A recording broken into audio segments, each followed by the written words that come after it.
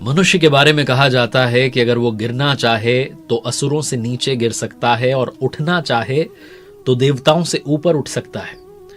मनुष्य ही सृष्टि में एकमात्र प्राणी है जो परमात्मा तक की दूरी तय कर सकता है। और ये मैं नहीं कहता, हमारे शास्त्र कहते हैं। स्वागत है आपका। आप देख रहे हैं एक नई सीरीज जिसका नाम है गीता ज्ञान। मेरा नाम है आरजे। स्वयं कोशिश करता हूं रोजाना हमारे शास्त्र का अध्ययन करने की, श्रीमद् भगवद गीता की जो यथार्थ व्याख्या है, जो हमारे स्वामी जी परमहंस स्वामी श्री अड़गड़ानंद जी महाराज जी ने लिखी है, यथार्थ गीता, उसकी आवृत्ति करता हूं, से पढ़ता हूं। और इस सीरीज में जो सारी बातें हम करने वाले हैं, वहीं से वो सारी बातें मैंने सीखी हैं, समझी और आप तक पहुंचाने की कोशिश कर रहा हूं आसान भाषा में। अगर आप घर बैठे यथार्थ गीता मंगवाना चाहते हैं तो डिस्क्रिप्शन में आपको एक लिंक मिलेगा, उस वेबसाइट पर जाइएगा। फ्री में आप घर बैठे अपने लिए यथार्थ गीता मंगवा सकते हैं और अध्ययन कर सकते हैं। लेकिन जो संक्षेप में बात है वो इस सीरीज में बताने की कोशिश करते हैं। भगवान श्री कृष्ण की श्रीमद् भगवद गीता के बारे में कहा गया है कि एकम शास्त्रम देवकी पुत्र गीतम, एको देव देवकी पुत्र एव, एको मंत्रस्तस्य नामानि यानि, कर्माप्येकम तस्य देवस्य सेवा। एकमात्र शास्त्र जिसका गायन भगवान के श्रीमुख से हुआ है वो श्रीमद् भगवद गीता है। जब महाभारत के रण के मध्य में धनुर्धर अर्जुन युद्ध के लिए घबरा गया तो भगवान श्री कृष्ण ने अपने श्रीमुख से जिस शास्त्र का गायन किया, जिस गीत का गायन किया, वो श्रीमद् भगवद गीता है। इस सृष्टि में पूजनीय एकमात्र देव हैं, वो भगवान श्री कृष्ण हैं। एकमात्र मंत्र है जो उनका नाम है। यहां लोग जो हैं दुविधा में आ जाते हैं, उन्हें लगता है कि एकमात्र नाम है भगवान श्री कृष्ण का, कृष्ण कृष्ण जपना है। लेकिन वो स्वयं इसी श्रीमद् भगवद गीता में कहते हैं, ओमित्येकाक्षरम ब्रह्म व्याहरन् माम अनुस्मरन्, मेरा नाम ओम है जो अक्षय ब्रह्म का परिचायक है। अगर जपना चाहता है तो उसे जप। ये वो अर्जुन को बताते हैं। कर्माप्येकम तस्य देवस्य सेवा, एकमात्र कर्म है जो उन प्रभु की आराधना है। इस कर्म को और आगे विस्तार से समझेंगे। तो आइए शुरू करते हैं। गीता को समझने से पहले, श्रीमद् भगवद गीता के बारे में जानने से पहले, कुछ ऐसे शब्द जो इस शास्त्र में बार बार आते हैं, जिनके बारे में यथार्थ गीता में थोड़ा विस्तार से बताया गया है, आइए आपको पहले उनका अर्थ बताता हूं। भगवान श्री कृष्ण ने श्रीमद् भगवद गीता में जब अर्जुन को ज्ञान दिया तो क्या उन्होंने अर्जुन को उस काबिल बनाया, उस योग्य बनाया कि वो युद्ध लड़ सके? धनुर्धर अर्जुन पहले ही महान थे। जो गीता का ज्ञान है वो जीविका संग्राम का साधन नहीं है, बल्कि जीवन के संग्राम का साधन है। क्योंकि ये शाश्वत विजय जो है उसका प्रशिक्षण है, उसकी ट्रेनिंग है, उसका कोर्स है। लोग कहते हैं कि ये गीतोक्त युद्ध जो है, इसमें बात की गई है अर्जुन को विजय दिलाने की। ये जो प्रकृति में चल रहे हैं सिर्फ आपसी बदले हैं। आज एक दूसरे से जीत जाएगा, परसों फिर से दूसरा जीतेगा, ये बदले चलते रहेंगे। इनमें आखिरी में जाकर के शांति नहीं मिलने वाली। लेकिन हाँ, ये जो किरदार हैं ये प्रतीकात्मक हैं, रूपकात्मक हैं, सिंबॉलिक हैं।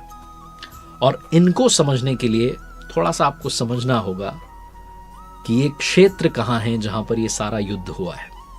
भगवान श्री कृष्ण स्वयं बताते हैं, इदम शरीरम कौन्तेय क्षेत्र मित्य भिधीयते। ये जो शरीर है यही क्षेत्र है जिसमें बोया हुआ भला बुरा जो बीज है वो पनपता रहता है। तो कहने का मतलब ये है कि जो गीतोक्त युद्ध है वो आपको आपके अंदर चलने वाली जो लगातार लड़ाई चल रही होती है, अच्छे और बुरे में, पुण्य में और पाप में, उसमें विजय दिलाने के लिए ट्रेनिंग देता है, कोचिंग देता है। लेकिन जब आपको सद्गुरु के सानिध्य में जाने का मौका मिलता है, जब आप साधना सही करने लगते हैं, तो आप परमात्मा की ओर अग्रसर होने लगते हैं। जो पाप है उससे पीछे छोड़ने लगते हैं, पुण्य के साथ में आगे बढ़ने लगते हैं और अपने ही क्षेत्र को, जो अपना शरीर है, उसे धर्म क्षेत्र बना लेते हैं। लेकिन अगर आप विकारों के साथ चलते हैं, काम क्रोध लोभ मोह के साथ चलते हैं, तो आप अपने ही शरीर को कुरुक्षेत्र बना लेते हैं। कुरु का मतलब है करो। कुरु जो है एक ऑर्डर देने वाला शब्द है कि करो। जो हमारा चंचल शरीर है ये हर वक्त कुछ ना कुछ कर रहा होता है। जो आप कुछ नहीं कर रहे होते हैं तब भी स्वप्न देख रहा होता है, लगातार किसी न किसी क्रिया में व्यस्त होता है। तो जब हम प्रकृति की तरफ आकर्षित होते हैं तो यही शरीर कुरुक्षेत्र बन जाता है, और जब हम परमात्मा की तरफ आकर्षित होते हैं, उस रास्ते पर चलने लगते हैं, तो यही शरीर धर्म क्षेत्र बन जाता है। इसीलिए ये जो संघर्ष है ये धर्म क्षेत्र का और कुरुक्षेत्र का है। जब बात चली है धर्म क्षेत्र कुरुक्षेत्र की, तो आपको बताता हूं कि हमारे ही शरीर के अंदर जो हमारा अंतःकरण है उसमें दो प्रवृत्तियां बहुत समय से चली आ रही हैं, और वो हैं देवी संपद और आसुरी संपद। जो देवी संपद है वो है पुण्य रूपी पांडु और कर्तव्य रूपी कुंती।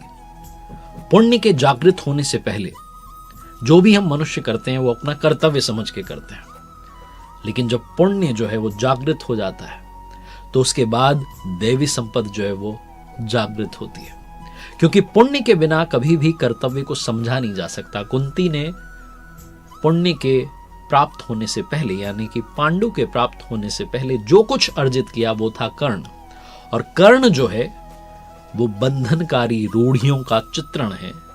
वो बंधनकारी रूढ़ियां जो हमारे दिमाग में बचपन से आ चुकी हैं, वो रूढ़ियां जिससे हमारे पहले वाले उनके पहले वाले बंधे चले आ रहे हैं, उन रूढ़ियों का चित्रण है। जिस दिन पुण्य जागृत हो जाता है उस दिन देवी संपद जो है वो जागृत हो जाती है। फिर आपके शरीर के अंतर मन में धर्म रूपी युधिष्ठिर, अनुराग रूपी अर्जुन, जब आपके मन में अनुराग आ जाता है कि मुझे भगवान को पाना है, तब आप वो गीता का ज्ञान समझने के सक्षम हो जाते हैं, योग्य हो जाते हैं। जब पुण्य जागृत हो जाता है, जब देवी संपद जागृत होती है, तो भाव रूपी भीम आपके अंतःकरण में आ जाते हैं, नियम रूपी नकुल आ जाते हैं, सत्संग रूपी सहदेव आ जाते हैं, सात्विकता रूपी सात्विकी आ जाते हैं, कर्तव्य के द्वारा भव पर विजय कुंती भोज, ये जो इष्टोन्मुखी मानसिक प्रवृत्तियां हैं ये पैदा होने लगती हैं, जिनकी गणना जो है वो 7 अक्षोहिणी की गई है। अक्ष जो है वो दृष्टि को कहते हैं, नजर को कहते हैं, और सत्य की दृष्टि से जिसका गठन किया गया है, जिसको बनाया गया है, वो है देवी संपद। परम धर्म परमात्मा तक की जो दूरी तय करने वाली ये 7 सीढ़ियां हैं, 7 भूमिकाएं हैं, ना कि कोई गणना है। और ये जो प्रवृत्तियां हैं ये अनंत हैं। अब बात करते हैं आसुरी संपद की, यानी कि कुरुक्षेत्र की, जिसमें आती हैं 10 इंद्रियां और एक हमारा मन, यानी कि 11 अक्षोहिणी सेना। और ये जो आसुरी संपद है इसका जो राजा है वो है कौन? वो है धृतराष्ट्र, जो कि अज्ञानता का सिंबल है, प्रतीक है। अज्ञान रूपी धृतराष्ट्र, जिसे सत्य मालूम है, जिसे मालूम है कि एकमात्र सत्य परमात्मा है, लेकिन अपनी आंखें मूंद करके जीवन जीता रहता है। उसकी जो सहचारिणी है वो गांधारी है, जो इंद्रियों के आधार वाली प्रवृत्ति है। और इनके साथ है इनकी संतानों का समूह, इनके साथ कुछ और लोग भी हैं जो प्रतीकात्मक है। इनकी संतान मोह रूपी दुर्योधन। मोह जो होता है वो हर समस्या का मूल होता है, हर विकार का मूल जो होता है वो मोह होता है। मोह हमें इस संसार से हमेशा बांध के रखता है। फिर आता है दुर्बुद्धि रूपी दुशासन, जिसकी बुद्धि भ्रष्ट हो चुकी है। फिर आते हैं इनके पितामह, जो कि इनकी तरफ से साथ खड़े हैं, कौरवों की सेना में हैं, वो हैं भ्रम रूपी भीष्म। इनके बारे में आगे विस्तार में आपको बताऊंगा। उससे पहले इन सब के बीच में एक पुण्यात्मा और रहती है, जिसका नाम है विदुर, जो रहता तो अज्ञान में है, लेकिन अपनी जो दृष्टि है वो हमेशा पांडवों के कर्मों पर रखता है, क्योंकि वो उनके साथ जुड़ना चाहता है, उनकी तरफ जाना चाहता है। तो आइए अब शुरू करते हैं श्रीमद् भगवद गीता का प्रथम अध्याय, और उससे समझते हैं कि हम सीख क्या सकते हैं। आसान शब्दों में कुछ बातें आप तक पहुंचाता हूं। श्रीमद् भगवद गीता के प्रथम अध्याय के प्रथम श्लोक में धृतराष्ट्र कहते हैं, धृतराष्ट्र उवाच धर्मक्षेत्रे कुरुक्षेत्रे समवेता युयुत्सवः मामकाः पांडवाश्चैव किम अकुर्वत संजय। सबको मालूम है कि धृतराष्ट्र, जो कि जन्म से अंधे थे, उन्होंने महाभारत के युद्ध को देखा, लेकिन किससे देखा? संजय की दृष्टि से देखा।